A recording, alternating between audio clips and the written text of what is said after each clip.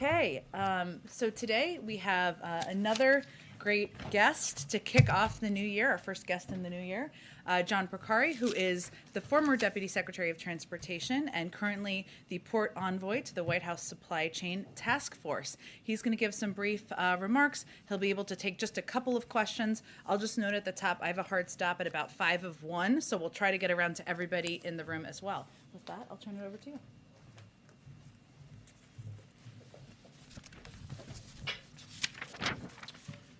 Thanks, Jen. Hi, everyone. It's a real pleasure to be here. I'd like to give you an update on the work we've done as part of the Biden-Harris Supply Chain Task Force. But first, I'd like to give you a quick look back at how we got here.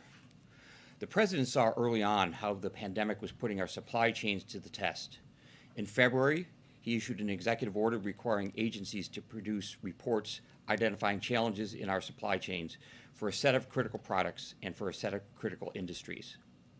When the first reports were released in June, he created a supply chain disruptions task force at the cabinet level to use every government lever to address the near-term disruptions related to the pandemic. One area he asked the task force to focus on was ports and trucking. In July, Secretary Buttigieg convened all of the key players from the goods movement supply chain: ports, labor, trucking, businesses, and more. In August, I joined the effort to serve as an honest broker who could help move everyone from finger-pointing towards taking action. By October, the President brought together the nation's largest retailers, ports, and labor, and earned commitments from all to move toward a 24/7 supply chain system. We also worked with the ports to propose fees on ocean carriers that were leaving import containers at the ports in Los Angeles and Long Beach for too long. This fee has helped lead to a 40% reduction in long-dwelling containers at those two ports. We worked with the Georgia Ports Authority to provide flexibility to fund $7 million of pop-up inland ports to alleviate congestion at the Port of Savannah. These pop-up ports started operating in December. The Port of Savannah has also seen a drop in long-dwelling containers and ships at anchor outside its port. And there have been several steps we've taken in between to help get empty containers removed, to generate commitments from leading retailers to move their cargo during off-peak hours, and working with the state of California to support infrastructure projects. There's still challenges, and Omicron could surface more, which we're closely tracking. When bottlenecks emerge in the global supply chain, it can take more time for goods to reach store shelves, which can lead to price increases. That's why the President has taken such aggressive action to alleviate these blockages, and we've seen significant progress. First, we were able to sustain a record-breaking holiday shopping season. As you can see, our preferred measure of goods on shelves, inflation-adjusted retail inventories without autos, rose 0.5% at the end of November compared to the end of October to not only exceed pre-pandemic levels, but also hit the highest monthly level recorded since 1992. Consumers also received 97 to 99% of their packages on time or with minimal delays from the U.S. Postal Service, FedEx, and UPS. Second, as we begin the new year, the ports of Los Angeles and Long Beach announced a new fee on long-dwelling empty containers, building on the success of the fee imposed on long-dwelling import containers in November. This should help further unclog our ports. Third, we're ramping up efforts to ensure U.S. exporters are treated fairly. The Port of Oakland, for example, announced new actions to improve U.S. exports, particularly agricultural exports. Fourth, we're monitoring potential Omicron-related disruptions at ports overseas and at home while working to prioritize the movement of medical supplies at the nation's ports, working closely with the Biden-Harris COVID response team. The impact of the Omicron variant may continue to unfold, and will remain focused on supporting the public health response, building on our progress to help ease bottlenecks in critical supply chains, and ensuring consumers have the goods they need. I'll be happy to take some questions. Thanks so much. One, can you lay out in detail what effect you are seeing that the Omicron variant is having on the ports? And kind of what are you seeing? What are you hearing from officials? In the very short term, there have been some increased outages from longshore workers and others. So far, that has not disrupted operations. As you saw early in the pandemic, there are procedures in place in terms of personal protective equipment and safety measures for the workers at the ports, and those will be ratcheted up as needed. But as we stand here today, the ports and the supply chains are operating at record levels. Okay, and then I guess just my broader question, in the view of the supply chain task force, have these supply chain pressures peaked? It's hard to tell if the supply chain pressures have peaked. I think what is clear is the pandemic laid bare what was the underlying reality, which was the supply chain was stressed even before the pandemic. And we clearly have changes to make to build a more durable, resilient supply chain.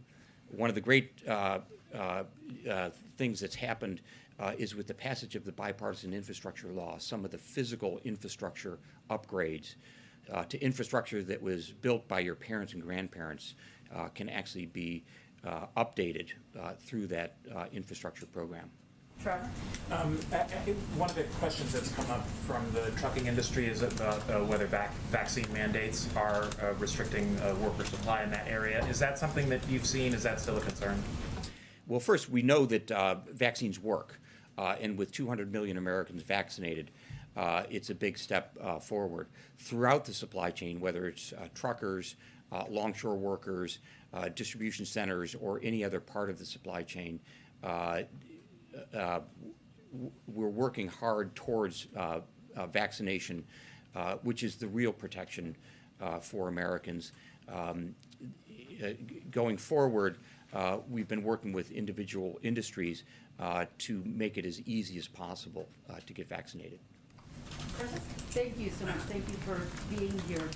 The Virginia Department of Health said on Tuesday that it's experiencing supply chain issues with getting COVID-19 tests, rapid tests. Can you speak to what's being done to address that issue, not just in Virginia, but all across the country? And do you anticipate it being a problem in terms of getting the 500 million tests that the president wants to bring online? Well, first, I think what that illustrates is that it's the global supply chain, and it's a global COVID issue that's affecting all countries. We have a procedure in place to prioritize medical supplies as needed. If you'll see in today's White House blog that there's an example of, within the last week, of medical supplies being prioritized by the ocean carrier, by the longshoremen, the railroads, the terminal operators, to move those supplies. We're working closely with the COVID task force as they designate those priorities. We have a procedure in place, starting with the place of manufacture of those medical supplies, to identify them early as they're put in containers, make sure those containers are separately identified, are what we call block stowed in a position on a ship where they can be the first off, and then are prioritized for unloading. That would have to happen, obviously, on a priority basis. But do you anticipate that the distribution of the 500 billion tests that the president is looking to bring online could be slowed down? We're working hard to make sure that those tests are there when they're needed. And together, this supply chain, with the millions of people that work on it, have met the challenges so far. We expect to continue to do that. David? Hi, thanks. You mentioned the Port of Oakland coming up with a short-term measure to alleviate some of the pressure on the agriculture exporters. Is there a long-term plan to help ease some of those same pressures on the ag industry? Yeah, it's a great question. Many people focus on the import of goods to the U.S., which is important. Exporting goods of all kinds, including agricultural projects, is every bit as important. The Port of Oakland partnership that we have is focused on both the short term and the long term. In the short term, making sure that agricultural exports that go out in containers are not disadvantaged by the global dislocations in supply chains. And in the long term, making sure that everything from the ocean carrier service that brings those American exports around the world to the physical facilities at the Port of Oakland and other ports are in place. Again, it's a great example of where the bipartisan infrastructure law can help build the infrastructure that we need today rather than relying on yesterday's infrastructure. Ebony, I'll be the last one. Thank We'll you. invite you back. Thank you for taking my question. Very quickly, the American Trucking Association has said that there's about 80,000 truckers, shortage of truckers. And so how is that feeding into this disruption, and what is the administration doing to kind of compound those effects of the shortage of truckers? Well, first, Secretaries Walsh and Buttigieg have been working hard to make sure that that trucking as a profession is more appealing, and it's not just recruiting new people to trucking; it's retaining the truckers that you have. Whether it's internship programs where you don't have to pay for the training to become a trucker, which make it more appealing, or quality of life, quality of job life issues where people are more interested in staying in the profession. Those are some of the ways that it can be done. At the risk of stating the obvious, the private sector has an important part to play here as well in terms of pay and working conditions. Thank you so much. Thanks for joining us. My pleasure. Thank you. Okay. I only have one item at the top for all of you. Just wanted to provide a brief update on our federal testing sites, which we continue to expand and are doing strong work to reach Americans, especially in the areas where we're seeing the greatest need.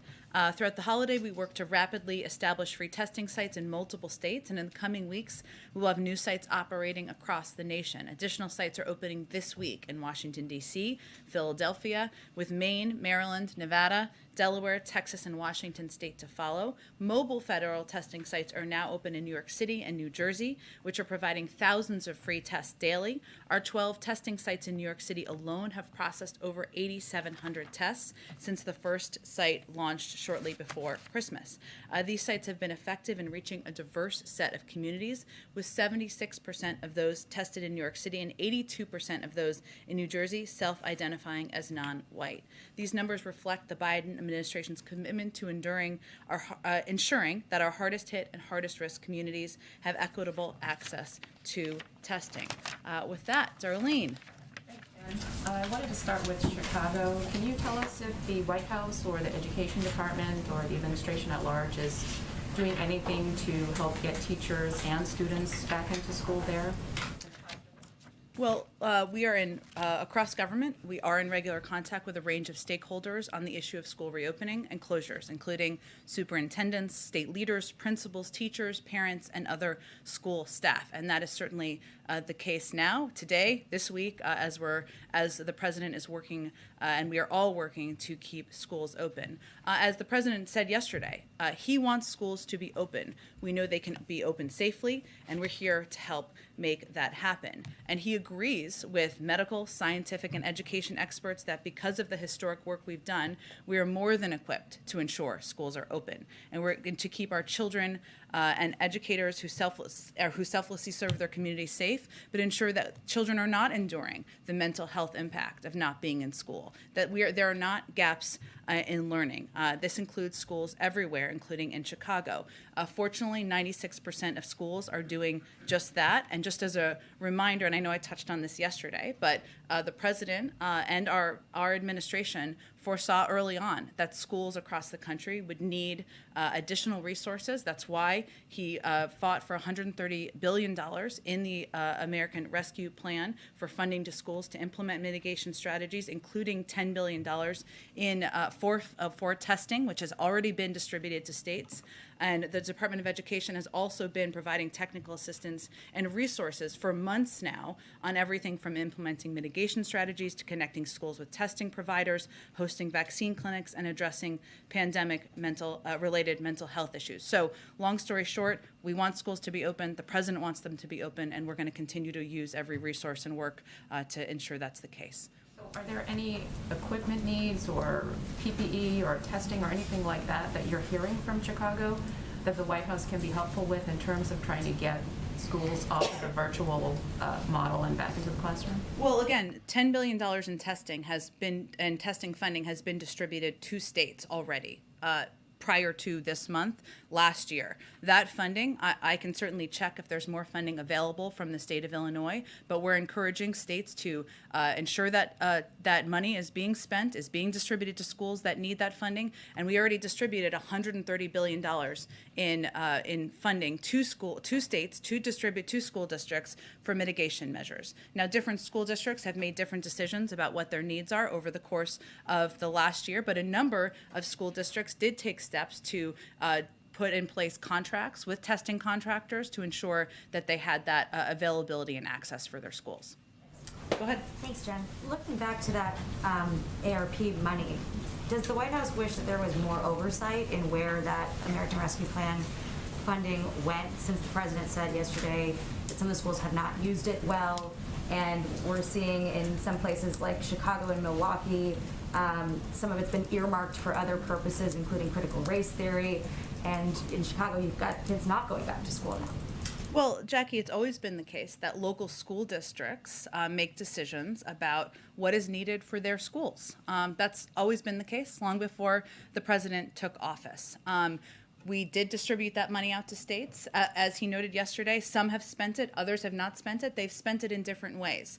I would remind everyone that when the CDC put out a range of mitigation measures, there were a range of steps schools could take, and different schools, some schools needed to redo their ventilation. Some schools decided to invest in more bus drivers or more space so that they could socially distance. Different schools made different decisions. What is important for people to understand is that there is some of this funding that hasn't been spent in certain states to put in place mitigation measures. Now's the time to do that. And then on the new CDC guidance, it's getting some criticism that it's confusing, the testing after leaving isolation, because it says that you don't need to test after day 5, but if you can get a test, if you want to test, and you test positive, you should continue to isolate until day 10. So that would potentially create a gap of people who are positive after day 5, but don't test and go back out into the community. And then there have been other policies that have shifted, including the policy around healthcare workers needing to test negative before returning to work, and then that going away.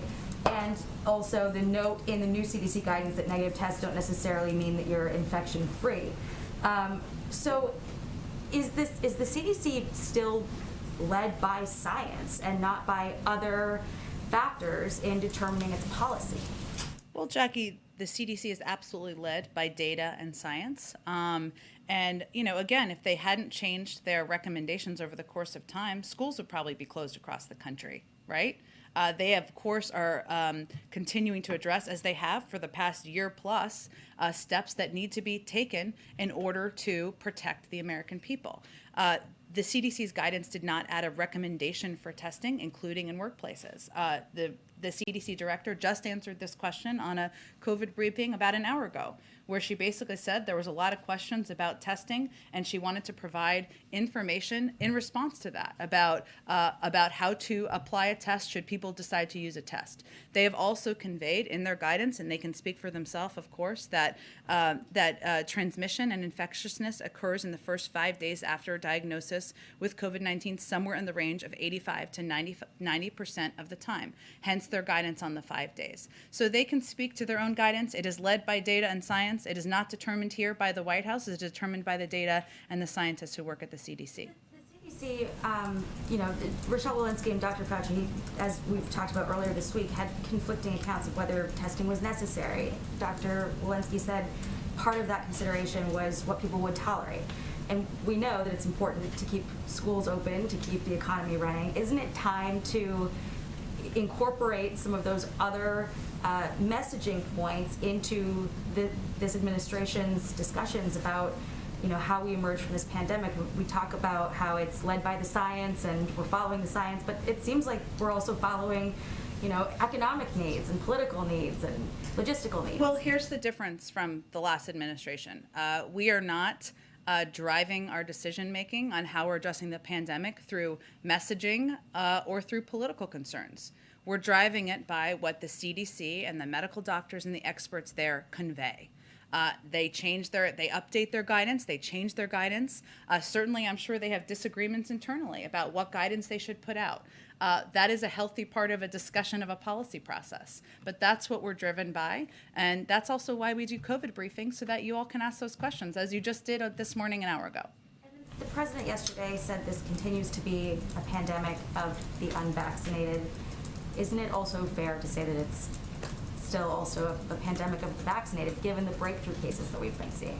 Well, Jackie, we also know that you are 17 times more likely to die of COVID if you are not vaccinated, and 20 times more likely to be hospitalized.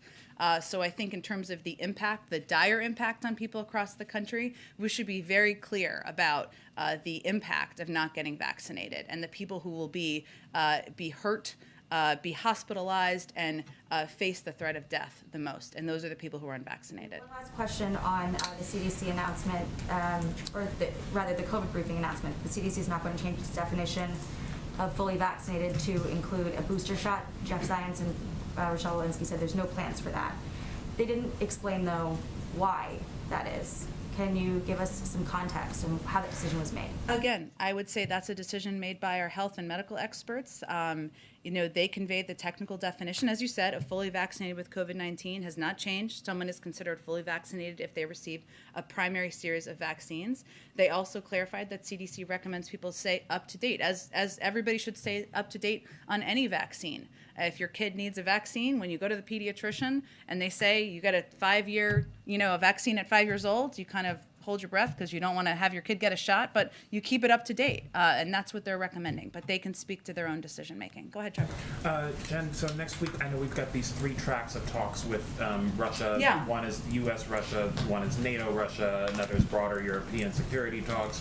For the U.S.-Russia talks, is there scope, in terms of what the agenda looks like? What are the specific areas you want to focus on? Sure, that's exactly right. There are 3 sets of talks next week. They start on the 10th in Geneva. Those will be led by Deputy Secretary Sherman. Then there's the 12th in Brussels, the NATO-Russia Council, and then the 13th in Vienna, which is the OSCE, which will start then will be represented by our ambassador to the OSCE, Mike Carpenter. So let me give you a preview, as you just asked, for what to expect. Russia has of course raised, as you've seen them raise publicly, they've also raised privately, the issue of European security. Let's be clear. Over the past 2 decades, it is Russia that has invaded 2 neighboring countries, interfered in many other elections, used chemical weapons to attempt assassinations on foreign soil, and violated international arms control agreements. We and our allies will be raising those issues and other issues with Russia in the days and weeks ahead, and certainly as a part of these talks. And of course, we cannot forget that there is an ongoing Russian military occupation in Ukraine. In addition to the 3 meetings next week, we will continue to actively support progress on the Minsk Accords to resolve the current conflict in the Donbass. There have been a number of proposals, of course, that Russia has already published or put out there, advocated for. President Biden has made clear that we can make progress on some issues while others are not viable. We're not responding to them point by point, and I don't expect we will in these negotiations because, in our experience, you don't make actual progress by negotiating in public, and also because many of the proposals don't merit such a response. But Russia is very familiar with our positions, which are grounded in the fundamental principles of European security they once agreed to, including that borders cannot be redrawn by force, and countries have the sovereign right to determine with whom they associate. Finally, we don't know what next week's conversations will bring, but our approach to the discussions will be pragmatic, results-oriented, and we believe there are areas we can make progress on with Moscow, make progress on if they come to the table ready to do that. And obviously, that's the nature of diplomacy. Okay. Sorry, just one more. Within that region, we've also seen a lot of instability in Kazakhstan. Is that something that the White House has a position on? Yeah, we have obviously, as you noted, we have seen that, and we're monitoring reports of protests in Kazakhstan. We support calls for calm, for protesters to express themselves peacefully, and for authorities to exercise restraint.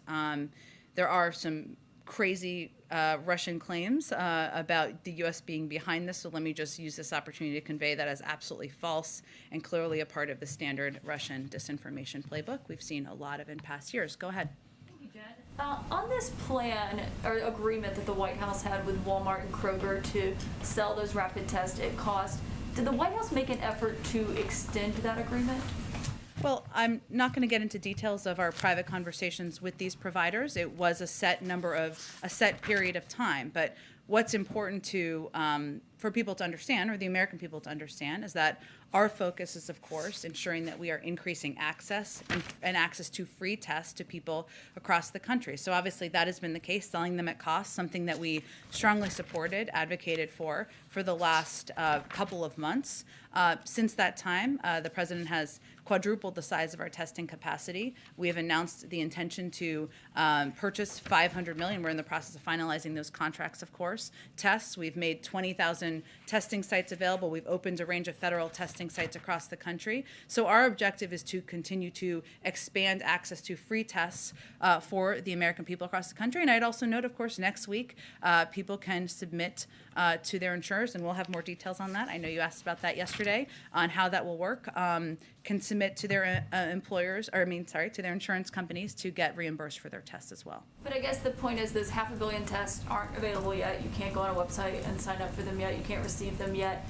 You can't yet file a claim with your insurance company to be reimbursed for the tests that people have been buying. And so I'm wondering, since the president has had the CEO of Walmart here at the White House before, they have a pretty close relationship since he took office, why he would not try to extend that agreement that they had with Walmart, that the White House had with Walmart, to keep those tests a little bit less expensive than they already are. Well, I'm not going to detail private conversations, but I will just reiterate that next week people can get reimbursed for their tests. I just announced at the top of this briefing a number of additional federal testing large sites that we're opening. We have 20,000 free testing sites across the country, and we are very close to being able to announce put up the website so people can order, if they desire, free tests to be delivered to their homes. So we are very close to continuing to expand access to free tests, and that's what our focus is on. And of course, we certainly believe, and our focus continues to be, that we don't want any American to be in a position where tests are only available at an untenable price. That's why we are expanding free testing. And why make the decision to have people have to file a claim with their insurance companies for each rapid test that they buy to be reimbursed by the companies, instead of just making the rapid test free? We are making the tests free. This is an additional step. We're making them 500 million of them free to people who want tests, and we'll continue to build on that. But this is another step people can take. 150 million Americans who are insured to get reimbursed by their insurance companies, and I expect we'll have more on that in short order. A few other questions I have. Tomorrow when the president is going to speak on Capitol Hill, is he going to address his predecessor's role in the riot? Yes, and let me give you a little more preview of that. So in addition, and I know I noted this yesterday, but I think it's important for people, so let me briefly reiterate. The president is going to speak to the truth of what happened, not the lies that some have spread since, and the peril it posed to the rule of law and our system of democratic governance. He will also speak to the work we still need to do to secure and strengthen our democracy and our institutions, to reject the hatred and lies we saw on January 6th, and to unite our country. I'd also note that President Biden has been clear-eyed about the threat the former president represents to our democracy, and how the former president constantly works to undermine basic American values and rule of law. And President Biden has, of course, spoken repeatedly about how the former president abused his office, undermined the Constitution, and ignored his oath to the American people in an effort to amass more power for himself and his allies. He sees January 6th as a tragic culmination of what those 4 years under President Trump did to our country, and they reflected the importance to the president of winning what he has called many times, and you've heard him call many times, the battle for the soul of our nation. So just as you heard him say on January 6th of last year, I would expect that President Biden will lay out the significance of what happened at the Capitol and the singular responsibility President Trump has for the chaos and carnage that we saw, and he will forcibly push back on the lies spread by the former president in an attempt to mislead the American people and his own supporters, as well as distract from his role in what happened. So he will, of course, speak to the moment, to the importance in history of the peaceful transfer of power, of what we need to do to protect our own democracy and be forward-looking, but he will also reflect on the role his predecessor had. Will he call Donald Trump out by name? we'll see. We're finalizing the speech, but I think people will know who he's referring to. One more question. When it comes to voting rights, and you've talked about how important that is to the president, will he directly call Senator Joe Manchin and Senator Kirsten Sinema about voting rights?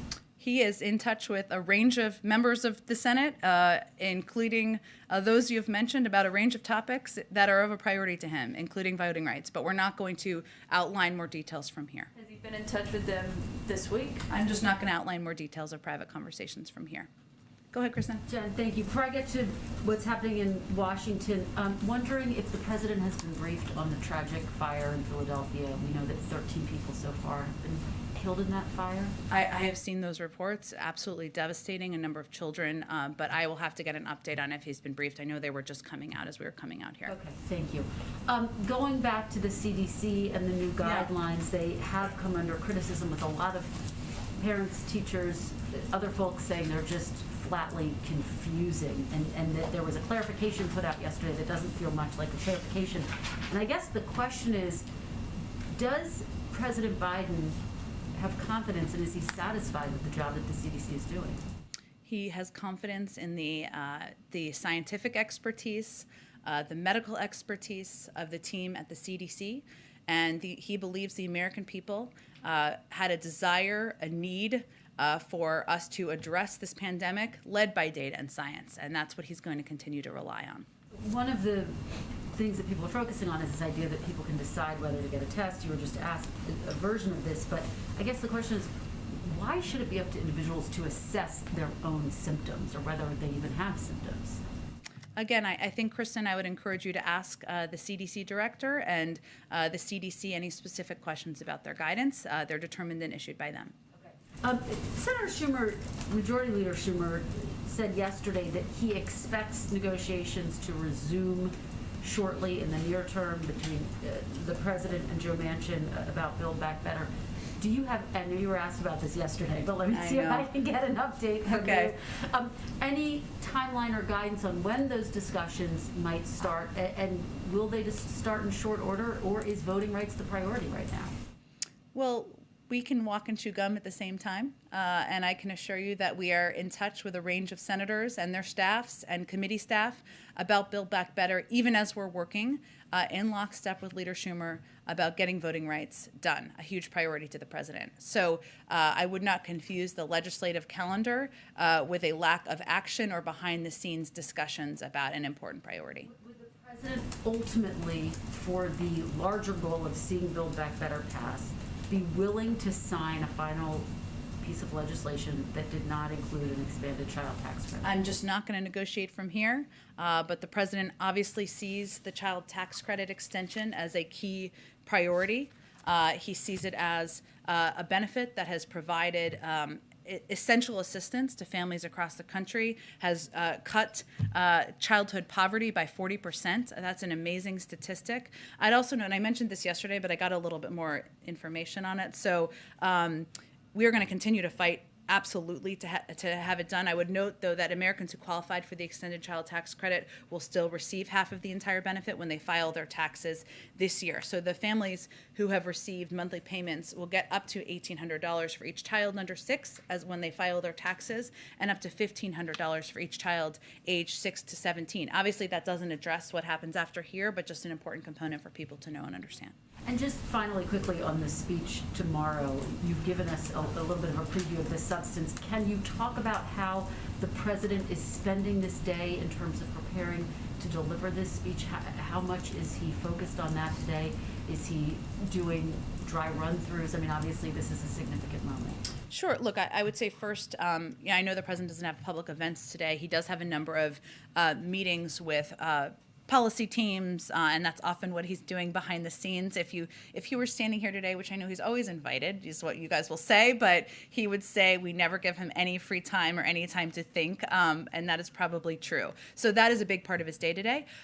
He is obviously very personally involved in what he's going to say tomorrow, and as somebody who served 36 years in the Senate, he watched in horror as many people who were in Congress that day, whether they were members or staff or people who just had been working in the Capitol building for some time, at what a dark day that was in our democracy. It hit him personally, and I think the role of the former president in this, the role, and unfortunately the silence and the complacency of a number of far too many, not every, but far too many member of the Republican Party in the time since then in perpetuating the big lie has stuck with him as well. So I would say that of course he's involved in the writing of any major speech he gives, in feedback, and conveying, whether it's meeting the moment of what he wants to say, but certainly tomorrow the significance of it is something that he feels personally about. Go ahead. On the idea of some fresh spending for COVID relief for small businesses, first of all, can you share some reaction to that? And then also, would the White House be open to spending for restaurants, COVID relief for restaurants, or would the president be opposed to that? Well, as you know, we did a major relief package that included helping restaurants just last year. We are in constant discussions with Congress and leadership about the needs of the American people, whether they are small businesses or restaurants or people sitting in their homes as we continue to fight the pandemic, but don't have any new prediction of pending or new pending requests or specific requests, and wouldn't predict that at this moment in time. Federal Reserve on the surge, does the White House have a clear idea from Senator Manchin how he would vote on some of these nominations? Has the president been running some of the names by him to see how he feels? I'm just not going to have an update on that for you. Okay, and then a question on some big tech legislation. Sure. Do you know if the president supports the House package of antitrust bills to rein in big tech? I know that they were brought up in June. Yeah. Has he asked the Speaker to bring any of those bills to the floor? So here's where we are. I mean, the president's view is that the history of the country suggests that strong antitrust laws have been a key to American technological leadership and preeminence. And for generations, our approach has been to expose our main tech firms to more competition. The president has been very clear in his view that we need more competition in the tech industry. That's his fundamental view. You saw that in the executive order on competition he signed in July. And his view is that over the past 10 years, the largest tech platforms have, as they've acquired hundreds of companies, including alleged killer acquisitions meant to shut down a potential competitive threat, that's not a healthy place for the system. And the large platforms, the large platform's power gives them unfair opportunities to get a leg up on small businesses that rely on them to reach customers. The president also called on federal agencies like DOJ and the FTC to use their existing tools to tackle these problems in the executive order. I know you're specifically asking about the legislation. We're encouraged, he's encouraged to see bipartisan interest in Congress in passing legislation to address the power of tech platforms through antitrust legislation and to protect privacy. I don't think we've done a statement yet of administrative policy on this particular legislation, but we're in discussion, and we are encouraged by the bipartisan interest in doing something about this. Go ahead. Question on climate. I'm sure you saw Senator Manchin's comments yesterday, positive about reaching a deal on climate. What is the White House's reaction to that? And is there a possibility that that could be sectioned off and reach a separate deal on that? I'm not going to have any direct reaction to Senator Manchin's comments, which were extensive, and he frequently talks to the press, which of course is a good thing. But I would say that a key component of the president's Build Back Better agenda is climate and addressing the climate crisis. That's how he feels. It's vitally important to him. As you know, there's a significant investment in addressing the climate crisis in the bill and legislation that we have been working on with Congress on.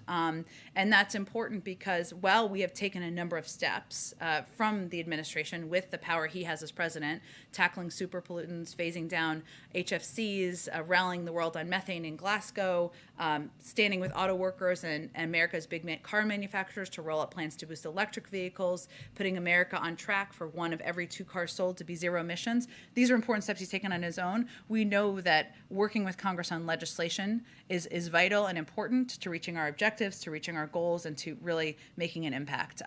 But I'm not going to negotiate from here on what the specifics are with members of Congress. And 2 questions on voting rights.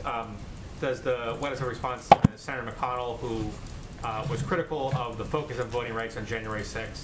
that this was, this day was being used to push Democrats' agenda of voting rights? And then secondly, does the president plan to address voting rights tomorrow, and will he address specifically the filibuster and changing the rules of the filibuster? Sure. Well, I would say first on the speech tomorrow, I can't believe it's tomorrow, but the speech tomorrow, he will touch on voting rights, but he will have more to say on that soon in a longer format. And the speech tomorrow is more focused on the day, what it means in our history, and the role that some have played in continuing to perpetuate the big lie and perceptions in the country. But he will touch on it. I would note, as it relates to specifically the filibuster, in March, just to go back a little bit here, because I expect we'll be talking about this more, the president said he had, quote, an open mind about dealing with certain things that are just elemental to the functioning of our democracy, like the right to vote, like the basic right to vote. We've amended the filibuster in the past. He's also said previously that senseless obstruction would be a big factor for him, and I think there's no question, objectively, Republicans have not once but 4 times obstructed basic legislation that should not be partisan, but is about upholding our Constitution as they simultaneously attack the most fundamental American right, the right to vote.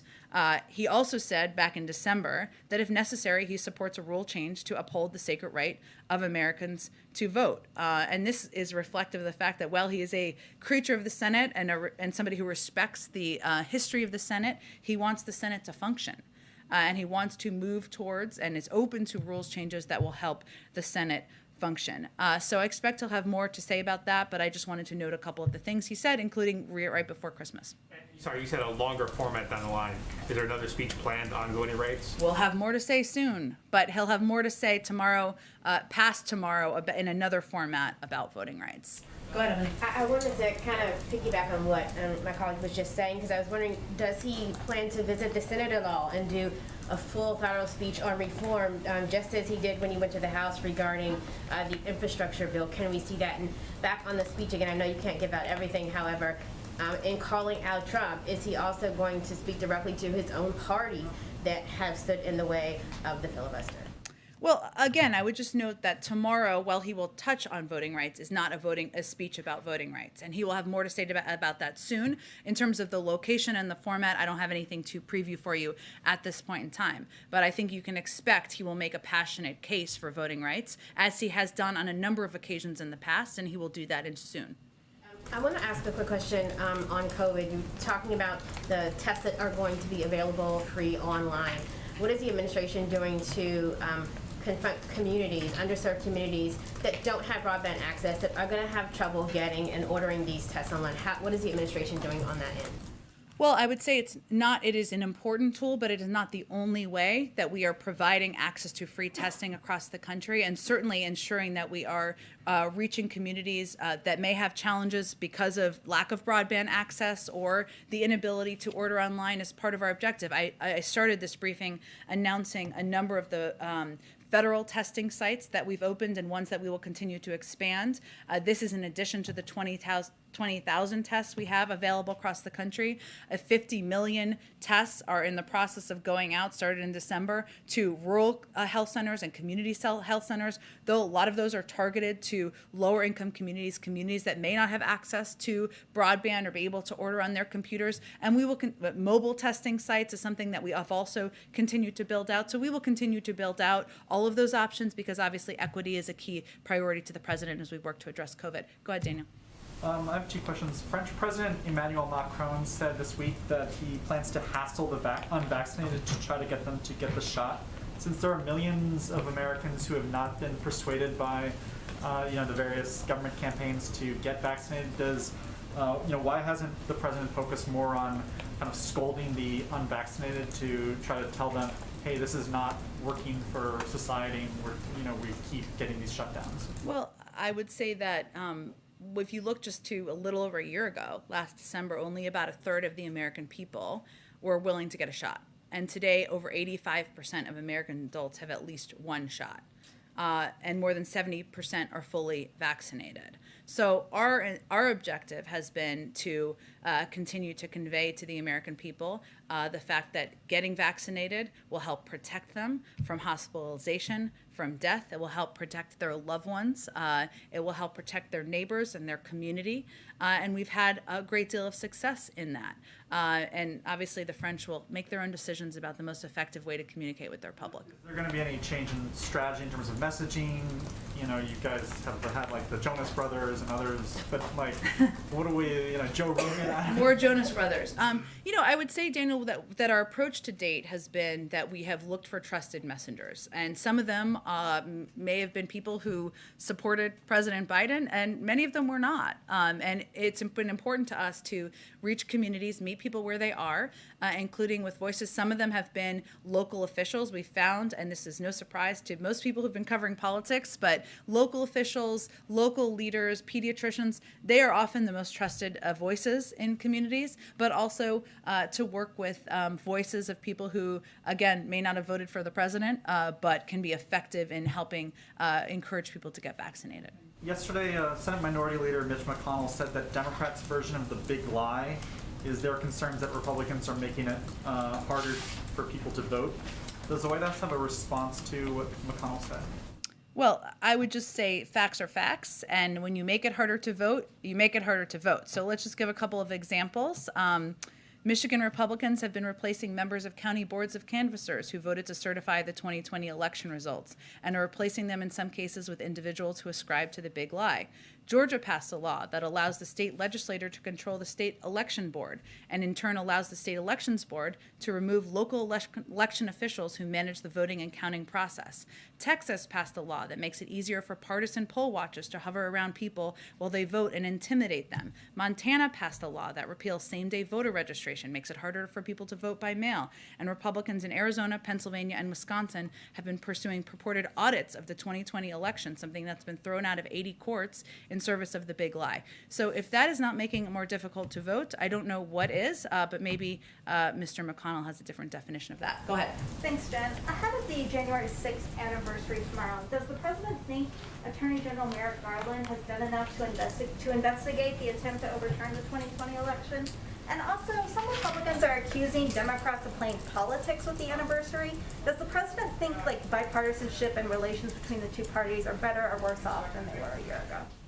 Well, on the first one, we do something different here. We leave any decisions about investigations to the independent Justice Department, something that the Attorney General naturally demanded, and the President wanted to in his Justice Department and his Attorney General. And in the second, I would say that what you'll hear the President talk about tomorrow is the fact that you don't just love your country when you win. You love your country, you love democracy. In any scenario. And what is most disappointing to him is that there has been a silence and at times a complacency by far too many Republicans who have sat by and defended the big lie and perpetuated misinformation to the American public. That is not meant to be a partisan. That is meant to be a statement of fact and an important reminder to people of the history of our democracy in this country, and I think that's what people will hear from him tomorrow. I just have to get quickly around here because I want to get to everybody. Go ahead. I have a question on testing. You started by talking about testing capacity and increasing testing capacity. I'd like to know if the administration, federal government, is doing anything to increase testing processing. We've seen the lines of people waiting, but they're also waiting a long time to get those results, and that keeps society from moving forward. So what is the administration doing to help with that processing gap? I know that question was just asked on the COVID briefing. It's a very good question. I believe they said they'd look into more information, so let me see if they have more on that. Okay, one more question for you. Similar vein, with the Omicron variant having such a big impact, perhaps an outsized impact than we were expecting, is the administration eyeing any additional COVID relief? I know Jen asked about restaurant relief, but just sort of a larger package to help people sort of get through this new phase of COVID.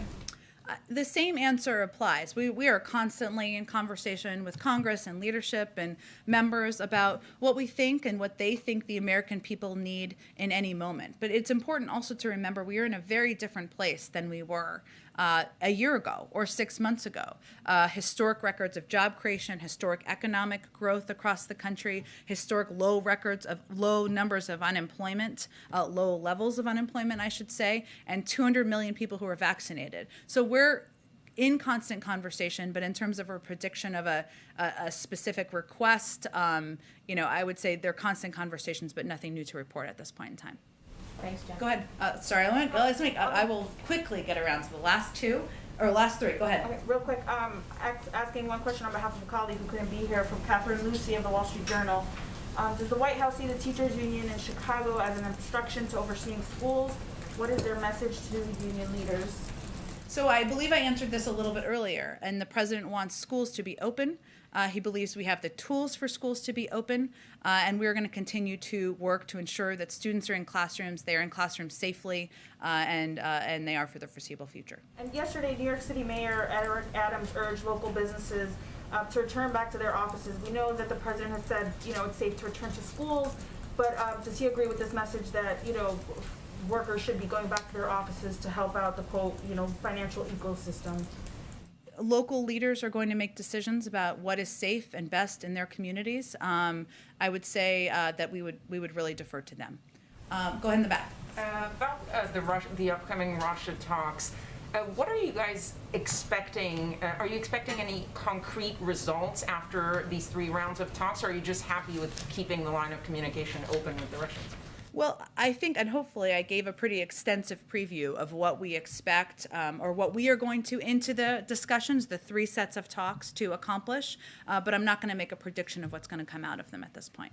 And just a quick follow-up, there's a lot of focus on if Russia does indeed invade Ukraine, we will have very harsh consequences for the Russian government.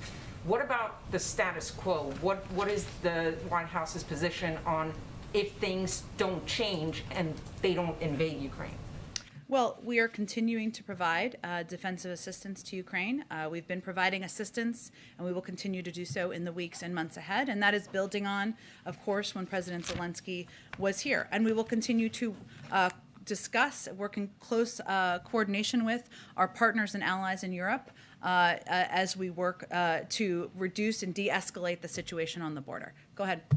Thank you, Jen. I have one follow on testing and then Sure. one separate question. The follow is, you say the CDC is driven by data, but I'm wondering what role the data about just the sheer availability of tests at this exact moment in time is playing in the guidance that they're offering. And once those 500 million tests and all of the various tests that the White House is procuring, once those come to market, could we see the guidance change? Well, Dr. Walensky answered this question on the COVID briefing and said specifically it had nothing to do with access to tests. And actually, there's a wide, expansive, we're continuing to expand the number of tests that are available, but it's not an issue with tests, their guidance.